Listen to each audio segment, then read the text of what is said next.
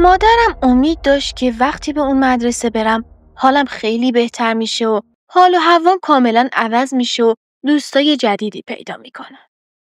وقتی با بورسیه قبول شدم توی اون مدرسه شبانه روزی قدیمی، مادرم با اشتیاق بغلم کرد و گفت تو لایق بهترین هایی. اما نمیدونست جایی که من دارم میرم فقط یه مدرسه نیست. از همون لحظه ورودم به محوطه مدرسه یه چیزی توی هوا بود. ساختمون‌ها قدیمی بودن، با پنجره‌هایی که خیلی هاش شکسته یا تخته شده بودن. معلم‌ها رسمی و خشک بودن، ولی دانش آموزا یه جور خاصی بهم نگاه می‌کردن. مخصوصاً بچه‌های سال بالا که دیگه آخراشون بود. اولین شب توی خوابگاه یکی از بچه‌ها بهم گفت شب‌ها از اتاق خارج نشو. مخصوصاً اگه صدای در زدن شنیدی. با خودم فکر کردم داره شوخی میکنه. ولی چهرهش هم کاملاً جدی بود. شب سوم ساعت 2:17 نیمه شب دقیقاً صدای 3 بار در زدن از راهرو رو شنیدم.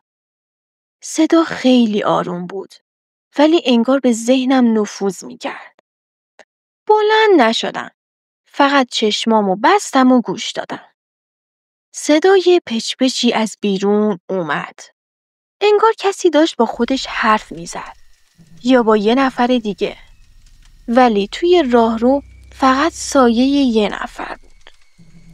فرداش که گفتم دیشب چه اتفاقی افتاده و پرسیدم که کی بوده اومده در زده، هم اتاقیم رنگش پرید و گفت اون صدا فقط برای انتخاب میاد.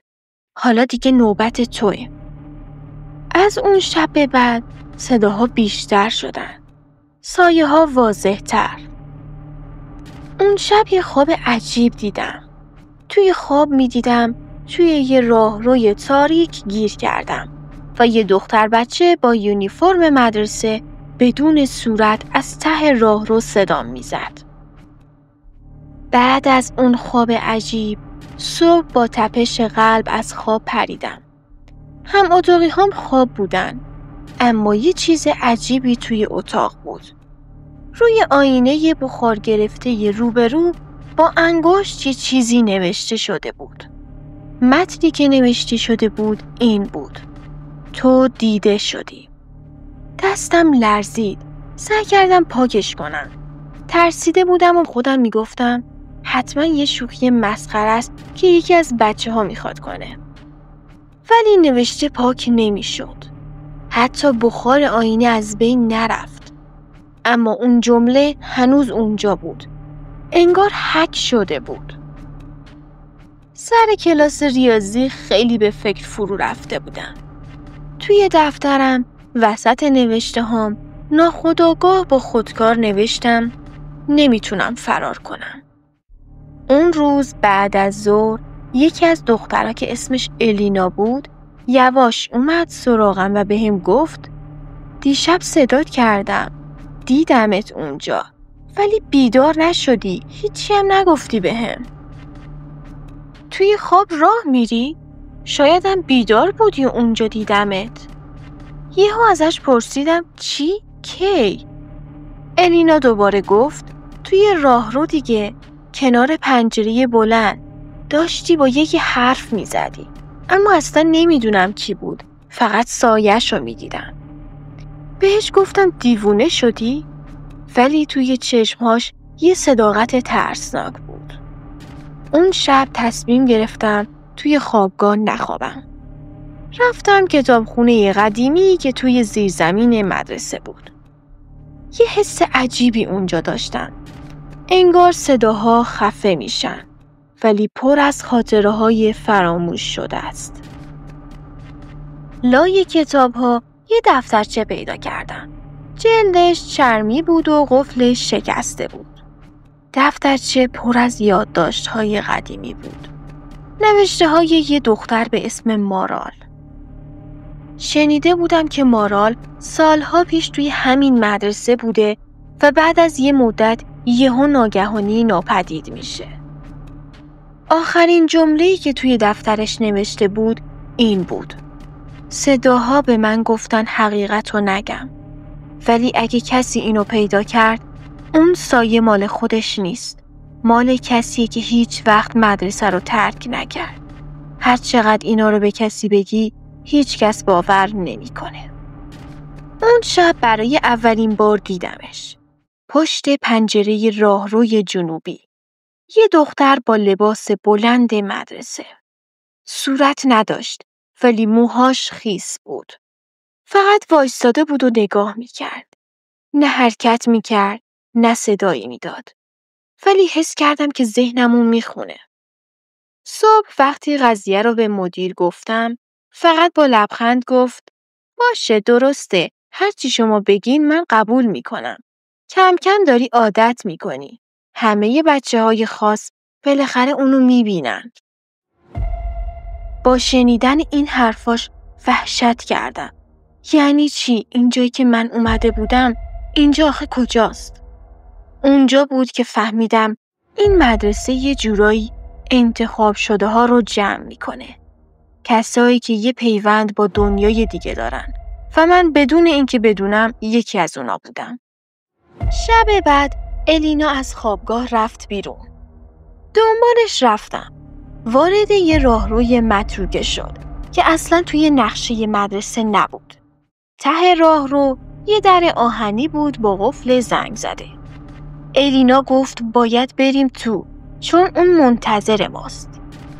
در که باز شد انگار زمان وایستاد. فضای اونجا سرد بود، خفه بود و دیوارها پر از علامت‌های عجیب. وسط اتاق یه آینه بزرگ شکسته بود.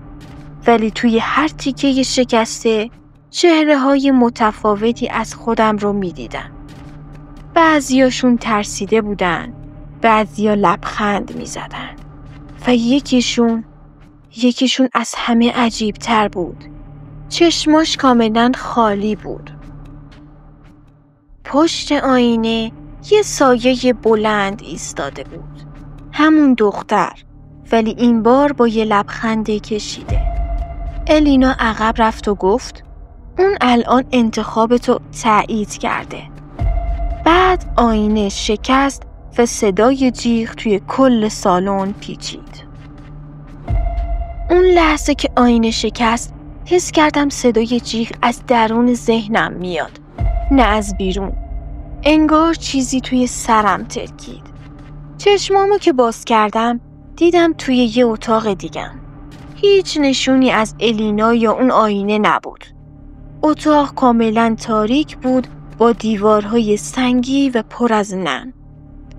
یه صدای زمزمه گونه‌ای توی گوشم میپیچید. تو هم مثل بقیه‌ای، ولی شاید بتونی تمومش کنی. در گوشه اتاق یه صندوق چوبی بود. بازش کردم. توش پر از وسایل شخصی دانش آموزا بود. گردنبند، دفترچه، عکس و حتی یه جفت کفش مدرسه‌ای که هنوز خونی بود. همه اینا برای اونایی بود که ناپدید شده بودن. همونهایی که هیچ وقت از مدرسه بر نگشتن. وسط وسایل یه دفتر خاک خورده بود. شروع کردم به خوندنش. نوشته‌هایی از طرف دختری به اسم سایه. کسی که در زمان خیلی دور توی همین مدرسه زندگی می‌کرده. نوشته بود که توسط معلمای مدرسه قربانی یه مراسم تسخیر شده و روحش بین آینه‌ها گیر کرده. و حالا برای آزاد شدن باید کسی بیاد که تمامی ترس‌هاشو پذیرفته باشه. یه صدای پا اومد. برگشتم و دیدم الینا بود. ولی صورتش بیروح شده بود. الینا با حالت خیلی وحشتناکی بهم گفت ببین دیگه نمیتونم کمکت کنم. من حالا بخشی از اونم. و بعد سایه ها شروع کردن به چرخیدن دور سرم. دیوارها میلرزیدن. زمین داشت فرو میرفت. فقط یه گزینه داشتم.